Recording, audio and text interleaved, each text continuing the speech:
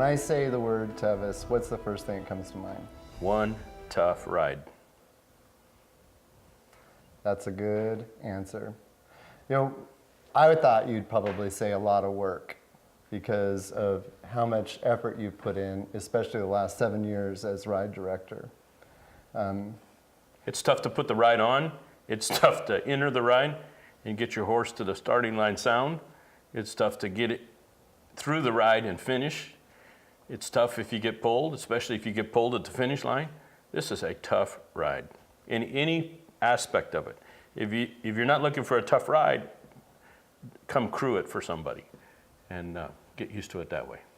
Yeah.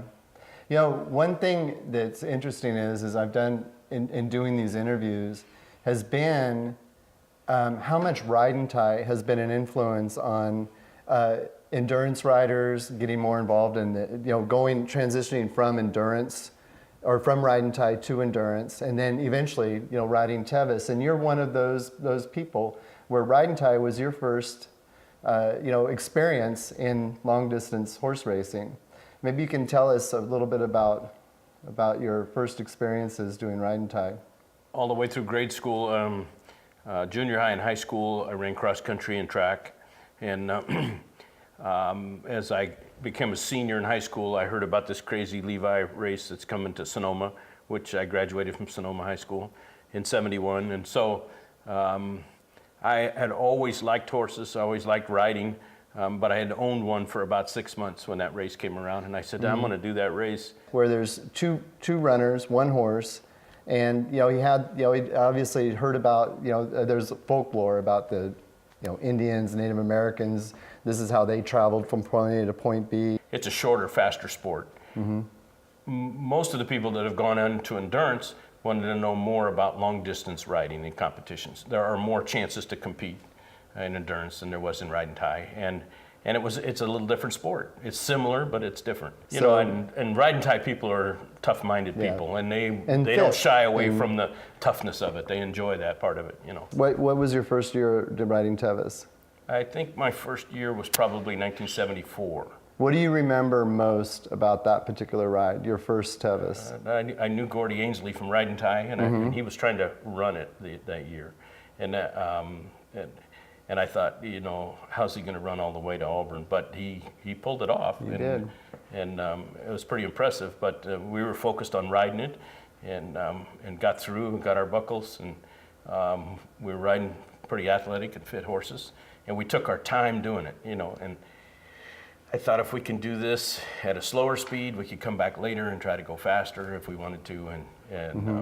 And your two daughters have done this ride multiple times, and you brought your family up in it. I mean, that must have been just an incredible way to raise your family and lifestyle you had and still have. The way Pam explained it was, she said, we're endurance riders, and to the girls, if you want an endurance ride, you go with us. If you're not, you're going to be bored because you're going to be with a babysitter. Right. And so they always, two girls, and they both wanted to ride, and Jennifer and Alyssa, and they both have.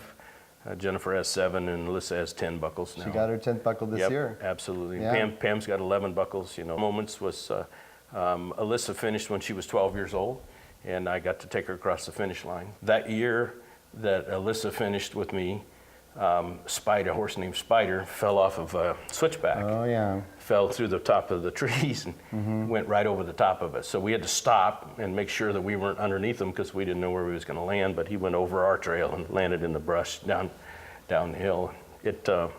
That's one of those moments on Tevis that woke me up and it scared me because he could have landed right on top of the 3 of us. Yeah. Our horses just froze and let that go by, and we were shook up a little bit, but we rode on and had help come back, and that horse ended up being fine. Yeah, it's amazing. Yeah. I mean, how some of them have survived those falls. It is amazing. And you see them next year. Yep. The following year. First experience as ride director, but now you've put on, 6 other rides, and there's a lot of work. I know you're up in this area all the time having meetings. You were here, today for meetings. What is the most challenging part about taking on that job? A big part of it is working with the entities, the Forest Service, the Park Service. It's working with the counties, Mainly, though, the Park Service for ASRA and the Forest Service, because from year to year you have different personnel going through, and then they don't know the history of how much homework we do to make this right.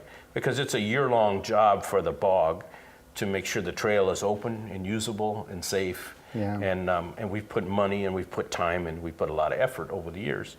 Somebody new comes in and they say, well, I have to do an environmental study to see if you can clear brush off a trail that shouldn't be on the trail. Between us and the run, we are the user groups that use that trail. Yeah. And so that's a grind. That's something that you do and you just grind. You know, in your family, you always seem to be riding good-looking, big-bodied, big-boned horses. You know, where do you find them and what do you look for? You probably got to say where you find them. Well, we can probably have a whole discussion about that, Yeah. interviewing that in one night. But And how did you learn that? trial and error, Okay. probably. But Kerry Ridgway had the eye for the horses, and I listened and I followed and I asked him, and then I thought, you don't know any more than anybody else. I mean, you know, but then when you look at the horse, you know, everything's perfect except this. Right. So which horse do you go for? I went back to my feeling that the horse is an athlete. I mean, it's a tremendous athlete and an athletic endeavor that we're asking him to do to carry us that far, 100 miles It's over amazing. a rocky, uneven, Yeah. up and down trail in the heat. And so you look for the most athletic horses. So you could look at the most perfect conformed horse and say that horse is dang near perfect, but I'd want to see him move. And so that the way they move, do they carry themselves straight? Are they light on their feet? Are they athletic? Are they balanced? All of those things go into to selecting a horse. And So I asked Phil Gardner and Kathy Perry this question. I'll ask you, because you've been in this sport since the early 70s. right. Do you think that the endurance horses in the earlier days of our sport were better than the horses we have today? You know, there were a few outstanding candidates. Wheat as a Reef, Donna Fitzgerald's horse, and Pat Fitzgerald had a couple. I think that those breeding of those Rush Creek and Hyannis horses, The early days. and some of those others from the early 70s, you know, and I can't go back to the 60s, but in the 70s, some of those horses were fabulous. So I think the breeding is as good there. Maybe the racetrack people have put in a little more heart into some of these horses, but I don't know if we needed it, because some, you know, I mean, those records of those horses might not be duplicated. Right. And so that's all I can go on. I think the best horse that I ever had a chance to ride was Kerry Ridgway's horse, Rush Creek Flint, which was an Almira Night horse. Yeah. And I rode him on the ride and tie a couple of times. He's 16-hand Arabian that had just a huge trot and just a big heart. Now, where do you want to see the future of our sport going? Well, our sport, for the most part, is a non-cash sport. It's a way of life. Yeah. So therefore, it doesn't drive the breeding industry. One of our best horses that we bought was named Harry. He came from the slaughterhouse in Oregon, Yeah. and went on to, you know, win the Tevis Cup a couple times and get the Hagen Cup. And I heard Marcia Smith say that he won his last 5 rides that he did, and before he retired, and they were all 100-mile rides. Yeah. And I think it's harder to find those good horses now because there just isn't as big a pool to pull from. Yeah. The horses haven't changed a whole lot. There are just fewer of them. I think you're a good person to ask this question. For people that are thinking of using, you know, to doing Tevis for the first time, and they have this goal that they've set, you know, what is your, like, the biggest piece of advice you could give somebody that has those aspirations? Get a mentor. There you go. So find somebody that's been successful and then emulate them. Follow them around without asking questions and just open your eyes.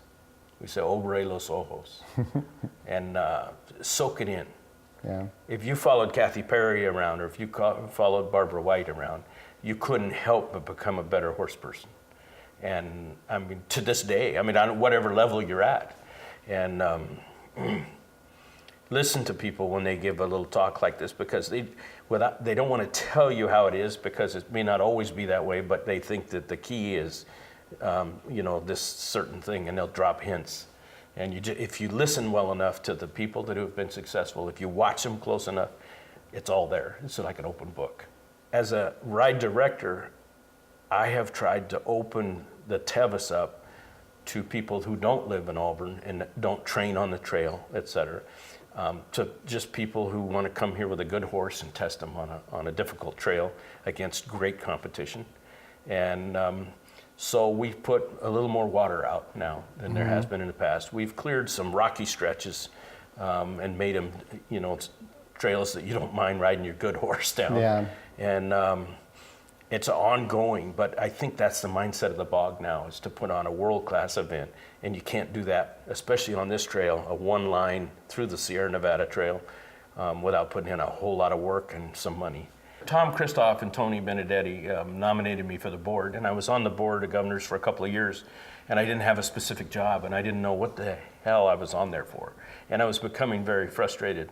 And Tom Kristoff said, Tony, don't you think it's time for Chuck to step up and maybe be the ride director? Well, I didn't even know what the ride director did. And then once I was in the throes of it, I said, what the hell did you guys see in me to make me want to be the ride director? I mean, I still kind of wonder that, And they go, Chuck, you have been to the big dance and seen, I think Tom Johnson said this, he was listening in. And he said, you've been to the big dance and you've seen how it's supposed to be, and you've been to the little one, and you're successful at going there and participating and coming back, and you enjoy that, and bring that enthusiasm, that enjoyment to the Tevis. So, we could write a chapter in the book. So you had lots of experience even before you started. Yes. Well, you've always been that, been able to handle situations, anyway. And so you've done a great job. Yes, Pam's the organization behind what I do, for sure. I give her all the credit for that. But she says when the crap hits the fan, you're the guy that handles it the best. And so, I don't mind that part of it, because I think we're well organized and we're ready to put the ride on by the time the ride gets here.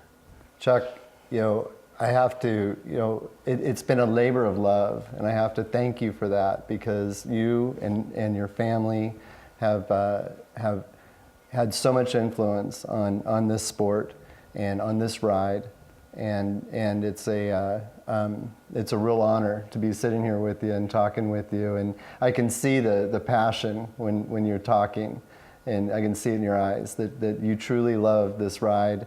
And you love horses. And for that, I thank you very much. Thank you. Thanks for having me. And it was great to talk to you. Absolutely. Great job. Thank you. Okay.